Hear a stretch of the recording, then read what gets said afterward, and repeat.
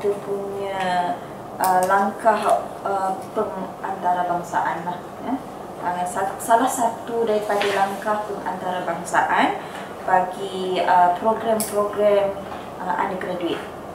So seperti sedia maklum kita telah lalui proses pengantarabangsaaan bagi program postgraduate dengan adanya program co-tutel PhD yang dengan University of Lorraine yang telah terjalin begitu lama.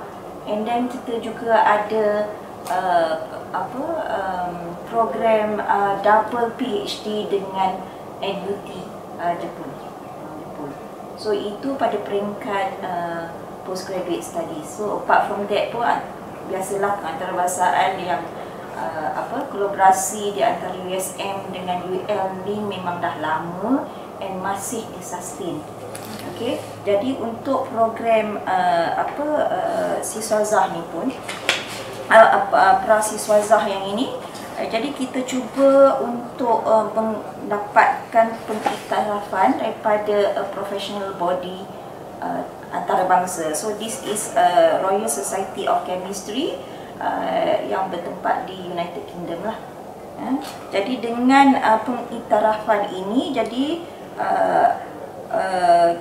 program-program yang diiktiraf iaitu 3 program undergraduate ni, sarjana muda sains dengan kemudian